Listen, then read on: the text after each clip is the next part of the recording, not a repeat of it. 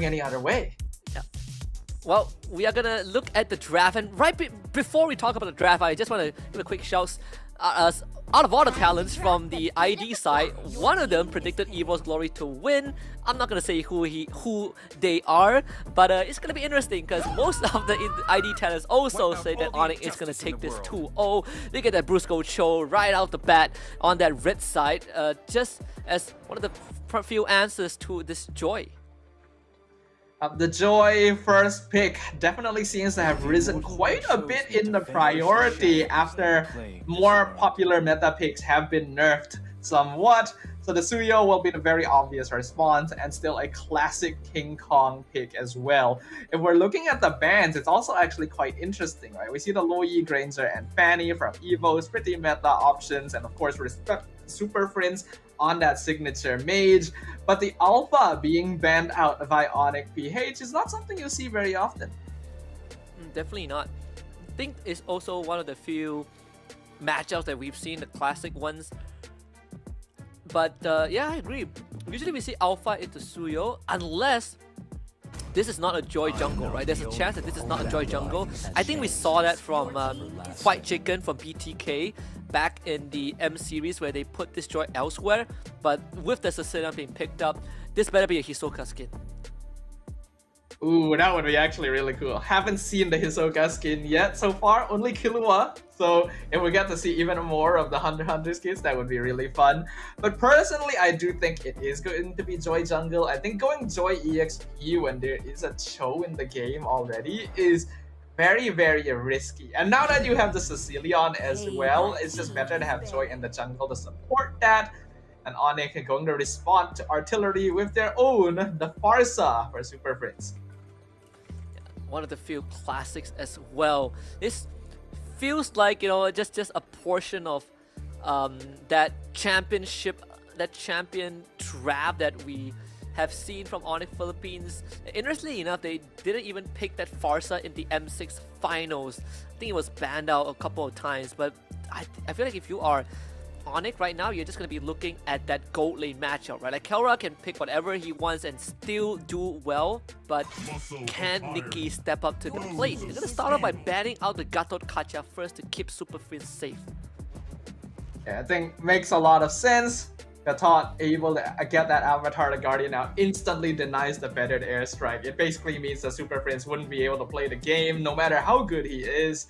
You don't want to give that away. And at this point, Onic is also aware that EVOS wants frontliners, right? Especially those that have solid forms of initiation and CC.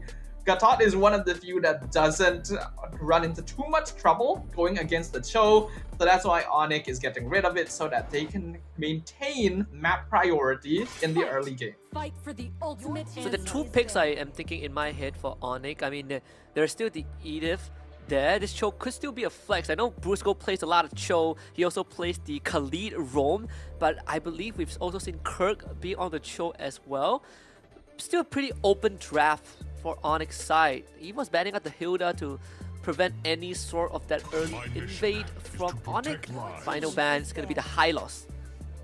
I'm getting rid of both of the sandbag style EXP laners that is popular in the meta to make sure that this Phoveus is going to be forced into that position and no roamer is going to be able to just outpace Cho through sheer force of HP count, right?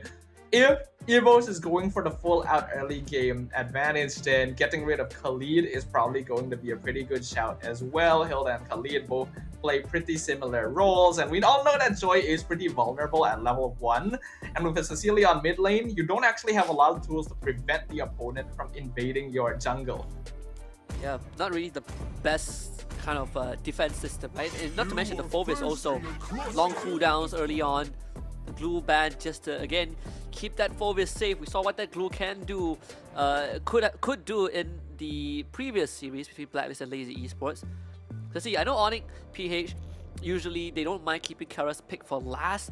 They have shown it plenty of times in MPL PH and even in the M series. So this could be a Kirk angle as well. But again, with this Cho being a flex, I think Kelra could go straight for there's the Bruno, which, interesting enough, I think Coach Why Not did mention in the Part 1 documentary for M6, he's like, Bruno is strong. If he's open, we're going to take it every single time. That is true. Bruno got nerfed recently, but not too much, though adjustments to Malefic Gun also make him not quite as popular. I do like the Irritel though, because of the recent nerfs to Bruno and the popularity of Ranger. I think Irritel has been seeing a lot more play just as solids. Oh, hey! Oh boy! Oh, what is this? I know Sun got buffed, oh boy. but whoa! I just want to give a quick Alright, shout out to Merkel out there, because Merkel played on this stream and we saw the power of a Sun. You just one-shot anyone you stick onto, and he can kind of gap close onto both the Irritel and the Farsa. The bigger question is, does it take Petrify? Yeah, Sun actually does a crazy amount of damage after the recent update, right? Especially once he's got those items under his belt. Like you mentioned, Husky, he really just blows people up instantly. We're also going to get to see the Lucas, so a very interesting matchup in the EXP lane. If the Sun is going in that position, it's still not impossible for the Joy and Sun to be swapped out, but I think Sun makes a little bit more sense. I think this is very, very interesting. But EVOS definitely has the harder lineup to execute a little bit. They do need a bit of that late game scaling, while Onic really comes online in the mid game. Oh yeah, of course the Irithel from Kaura is also the reason they took home the M6 championship trophy, right? Like at the very end Crystal Rush. But EVOS, I do like the initiative. I know some teams, they use SPS as sort of like the platform to try out new ideas. And again, the risk, there's not too much risk in this quote-unquote upper bracket GSL, at least for these two teams. So let's head into game 1 and see if EVOS Glory actually is cooking. Will EVOS be able to take down the reigning world champions? I do like their composition. It's fun, especially with this Sun, who did indeed go for Petrify, like you pointed out, Husky. So intending to dominate lane and also go for very heavy focus on just bursting people down. This is, of course, a gold lane Sun as well. So while he will take some good poke damage from Kelra, he is also able to do a good job of engaging and disengaging quite easily.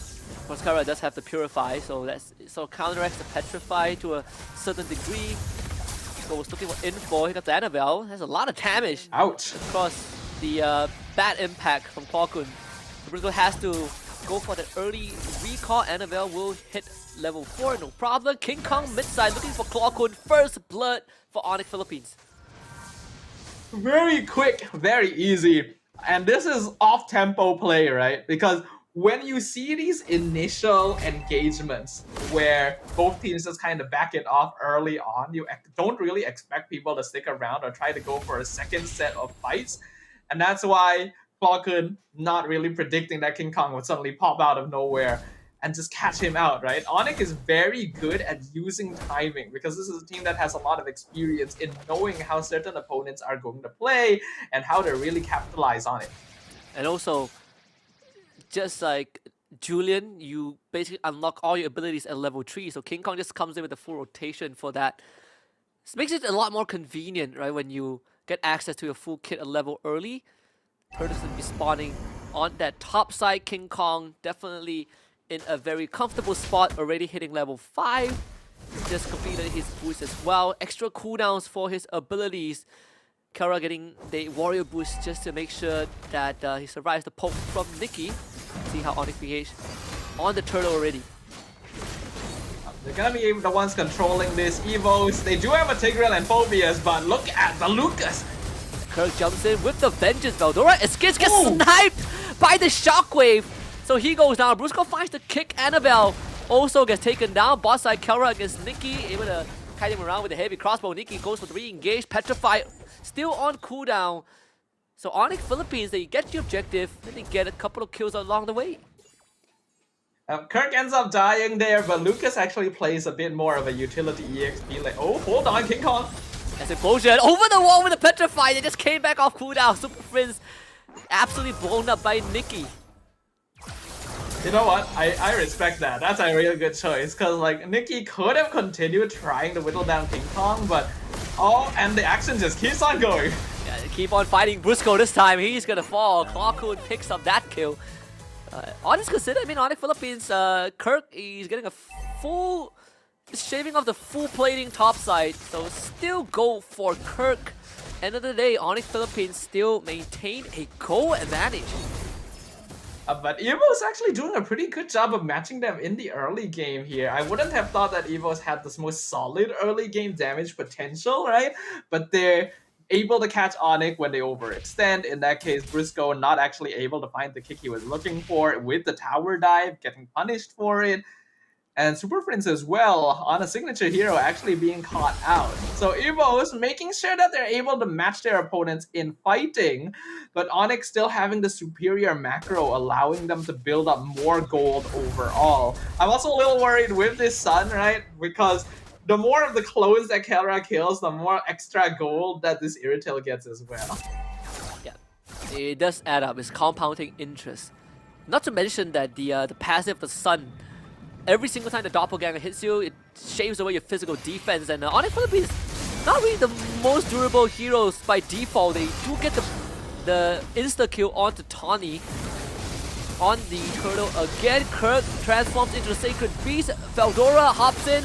Unfortunately, will expire as Kirk finds the kill. Annabelle engages backline. King Kong meets the Sun. Annabelle, great patience, but the damage is just not there. It gets controlled anyways by Super Friends. King Kong gets the turtle, and Onic Philippines slay a few more from EVOS.